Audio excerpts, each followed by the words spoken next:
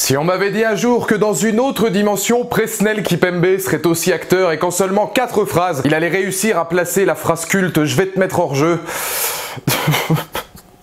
Je pense que c'est le meilleur choix que j'ai fait dans le début de ma carrière.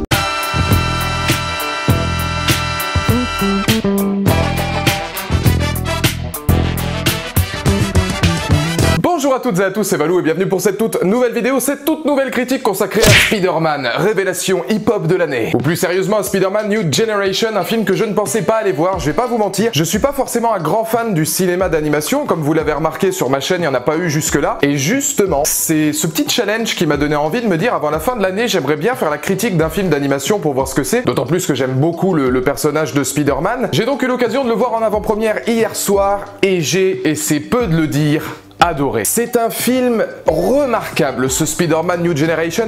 Il va plaire aux enfants qui vont vouloir s'identifier à Spider-Man, aux grands enfants, aux adultes qui vont voir les anciens Spider-Man et qui vont voir une certaine nostalgie. Il y a un côté très adulte, il y a beaucoup de tendresse, beaucoup d'humour, il y a une ambiance hip-hop soul qui est excellent. Le personnage de Miles Morales est vraiment travaillé de main de maître et même le scénario est bien ficelé puisque Miles Morales, justement, au lieu d'avoir une origin story assez classique, va céder des forces en présence, donc déjà des anciens Spider-Man, pour devenir ce nouveau Spider-Man que l'on attend tous. C'est un film évidemment qui n'est pas exempt de défauts, il a quelques longueurs, je vais y revenir dans la deuxième partie de ces critiques, mais je tenais à faire cette vidéo sans spoiler pour vous inciter à aller le voir parce que j'espère honnêtement que vous serez aussi surpris que moi qui n'aime pas tant que ça le cinéma d'animation en temps normal, de me prendre une claque aussi grande. Donc vous l'aurez compris, j'ai plutôt apprécié, je l'ai trouvé somme toute assez saillant ce Spider-Man. Et alors la première chose qui m'a interpellé dans ce film, c'est le graphisme et l'ambiance. On est dans un film à part puisque c'est un film d'animation mais qui va avoir une mise en scène très cinématographique où sur énormément de situations différentes, que ce soit des courses-poursuites, que ce soit des interrogations sur les personnages ou même de simples dialogues,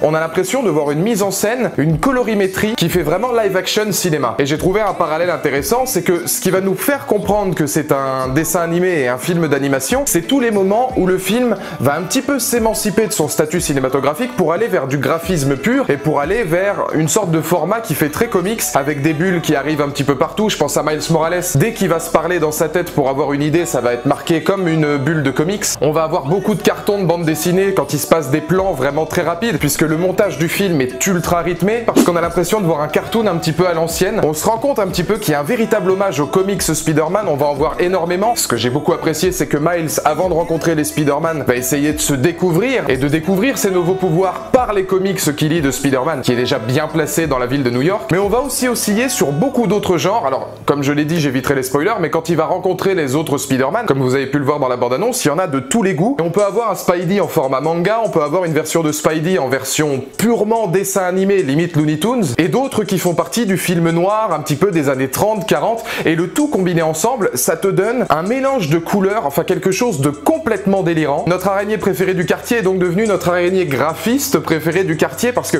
en termes d'image, c'est ultra coloré. Alors comme je l'ai dit, le rythme est vraiment très intense, donc on en prend un petit peu plein les yeux, et c'est là que ça nous sort du live action, et c'est là que le film d'animation prend tout son sens, c'est que c'est quelque chose qu'on n'aurait pas pu voir en live action. Et là, on touche un point qui est quand même très intéressant. Est-ce que l'avenir de certains super-héros ne pourrait pas aussi se créer dans le cinéma d'animation s'il est aussi bien fait que ce Spider-Man New Generation? Et toute cette culture un peu black hip-hop américaine avec ses styles graphiques, et le fait qu'on ait une sorte de dualité entre Miles Morales qui doit continuer à aller à l'école et qui doit suivre un petit peu la ligne que veut donner son père. Encore une fois, il y a énormément de messages, il y a une profonde tendresse sur le rôle des parents, sur Miles. Moi, il y a des scènes qui m'ont ému, et je me dis putain, il y a des scènes qui m'ont ému dans un film d'animation. Ça m'était pas arrivé depuis très longtemps, et pas à ce niveau-là, parce que je me suis vraiment retrouvé dans le personnage de Miles, mais en même temps dans le rôle du père, notamment dans sa relation entre lui et son oncle, donc le rôle de Ali qui est vraiment incroyable. Quand on voit son oncle par exemple, et c'est pour ça que j'ai aussi envie de voir le film en VO, parce que Mahershala Ali qui dit ça, ça doit être génial. Quand on voit l'oncle de Miles dire alors tu poses ta main sur l'épaule de Lago et ensuite tu lui dis wesh, et là c'est sûr l'affaire est dans le sac. Enfin, c'est des petites scènes, des petites situations qui sont vraiment ultra drôles et qui se mettent au service des personnages, qui se mettent un petit peu au service du film. Et tous ces petits détails là et toute cette émotion, toute cette tendresse au sein du long métrage aident à l'ambiance musicale qui s'ajoute elle déjà à cette ambiance graphique, puisque Miles est un jeune tagger et on va avoir, et c'est ce qui est le plus impressionnant, une origin story urbaine, vraiment black, avec même du Biggie. Franchement, le meilleur de la bande son arrive dans les 20-30 premières minutes où on nous présente un petit peu les protagonistes. Je me suis dit putain, au bout d'un quart d'heure ils me mettent déjà du Biggie, enfin t'as tout ce qui est hip-hop, etc. Même la musique pour se relaxer de Miles Morales, elle est juste géniale.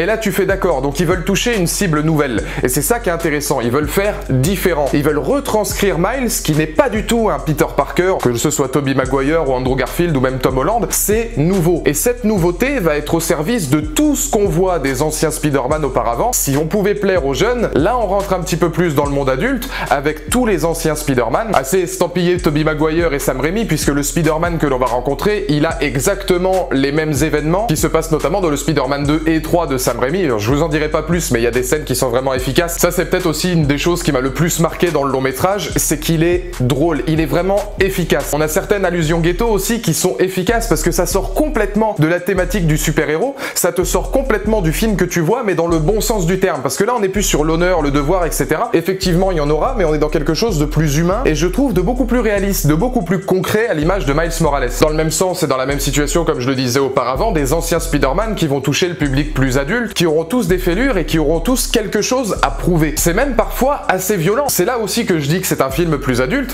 c'est qu'à certains moments on peut avoir des propos assez violents ou des graphiques qui peuvent peut-être effrayer les plus jeunes, vraiment les 6-7 ans. Je pense notamment au personnage du rôdeur qui a une ambiance musicale tout autour de lui à chaque fois qu'il va apparaître à l'écran et qui peut, je pense pour les plus jeunes, être l'un des premiers signes de frémissement qu'ils pourront avoir dans leur culture cinéma. Et alors évidemment, vous allez me dire forcément pour un Spider-Man, on a tout un tas d'easter eggs un petit peu partout. Il y en a beaucoup que j'ai apprécié, notamment un qui rappelle énormément l'univers du jeu vidéo Spider-Man sur PS4. Comment je vous appelle? Je veux dire, vous avez un portable dans une poche ou je sais pas? Pour tous ceux qui y ont joué, à mon avis, il y a une scène où vous vous êtes dit « Ah tiens, ça c'est Spider-Man sur PS4 ». C'est pas fait pour avoir un apport sur le scénario ou quoi que ce soit, mais c'est vraiment efficace. Et on a des scènes qui pour moi sont propres à Spider-Man et qui en font peut-être le super-héros le plus audacieux, mais aussi le plus humain et celui auquel on va le plus s'assimiler. Toutes les scènes où Miles va véritablement se découvrir en tant que Spider-Man, où il va comprendre ses pouvoirs et où il va commencer véritablement à se balancer de toile en toile. Là, pour le coup, on a cette féerie, on a cette magie, on a les poils qui se dressent, avec une musique environnante, encore une fois très hip-hop, ça change, mais ça a la même vocation d'émerveiller. Spider-Man pour moi c'est le super-héros qui émerveille le plus parce qu'il peut plaire à un nombre incalculable de personnes et qu'à un moment donné dans toutes ses décisions on va pouvoir s'identifier à lui, même dans les scènes grandiloquentes où il découvre ses pouvoirs. Alors il y a quelques petits défauts quand même dans ce New Generation, je pense évidemment à quelques longueurs, le film est assez long, en comptant la scène post-générique qui dure quand même 2 heures, donc au milieu du film tu sens que ça s'étouffe un petit peu, et je trouve une certaine désacralisation au niveau des super vilains. C'est-à-dire qu'il y en a qui vont être très intéressants, j'en ai parlé sur le rôdeur. Alors le méchant principal du film que je tairai pour éviter les spoils, il est encore une fois très nuancé, il m'a beaucoup rappelé une série que je regarde, mais je dirais rien, mais tous ceux qui l'ont vu, vous savez forcément de quoi je parle. Et hormis ces deux personnages-là, je parlerai du Scorpion et du Bouffon Vert, pas pour insulter Giroud et Kipembe, même si putain Kipembe, t'as l'impression qu'il est en train de lire un texte alors que t'as le film qui tourne à côté et que sa voix, elle est au-dessus du film. Sa voix n'est pas possible dans du cinéma, c'est pas bon du tout. Alors quand il te sort des narvalos où je vais te mettre hors jeu, on s'en fout, c'est 4 lignes de dialogue, mais le problème c'est que ces 4 lignes à lui te sortent complètement du truc. Giroud, lui, c'est pas pareil. À mon avis, les mecs se sont dit on va transformer sa voix directement parce que ça va pas du tout. Du coup, ça passe plutôt bien. Mais ces deux personnages-là, comme plusieurs autres d'ailleurs au sein du métrage, j'ai trouvé qu'il y avait une désacralisation des super vilains, puisque là on en faisait presque des super vilains de cartoon. C'était pas forcément ce que j'attendais, c'était pas ce que j'espérais, et je trouve qu'on leur retire un petit peu de cette aura qu'ils peuvent avoir, surtout au niveau du Bouffon Vert. Je suis pas lecteur des comics, donc je veux dire, je vais pas critiquer son design, son format, etc. Encore une fois, en non lecteur des comics, de s'en servir comme ça, parce que c'est un petit peu désacralisé, mais d'un autre côté, peut-être que ce sont les rôles qu'ils ont dans les comics concernant Miles Morales. Et alors, dernier petit point qui sort un petit peu du film pour moi, même si graphiquement, comme je l'ai dit, le manga, le dessin animé, le comics à la Miles, c'est vraiment intéressant au niveau de l'image, je trouve qu'ils auraient pu s'arrêter à Gwen Stacy, à Spider-Man et à Miles Morales. En ce qui concerne évidemment les Spider-Man des nouvelles dimensions, j'ai eu du mal à trouver un réel intérêt aux autres, on s'y perd un petit peu, ça donne certaines scènes de présentation de personnages un peu redondantes, et c'est peut-être pour ça que j'ai trouvé le film assez long. En tout cas, c'est un excellent film, je vous le conseille, et dans les commentaires ci-dessous, n'hésitez pas à me donner votre point de vue. C'est pour ça que j'ai fait cette vidéo avant Game of Thrones qui sortira mercredi, parce que j'avais envie d'en parler avant que le film sorte, pour vous inciter à y aller, parce que pour moi, c'est une vraie bonne surprise, et ça fait plaisir d'avoir des surprises, on va pas se mentir non plus, c'est Noël, merde.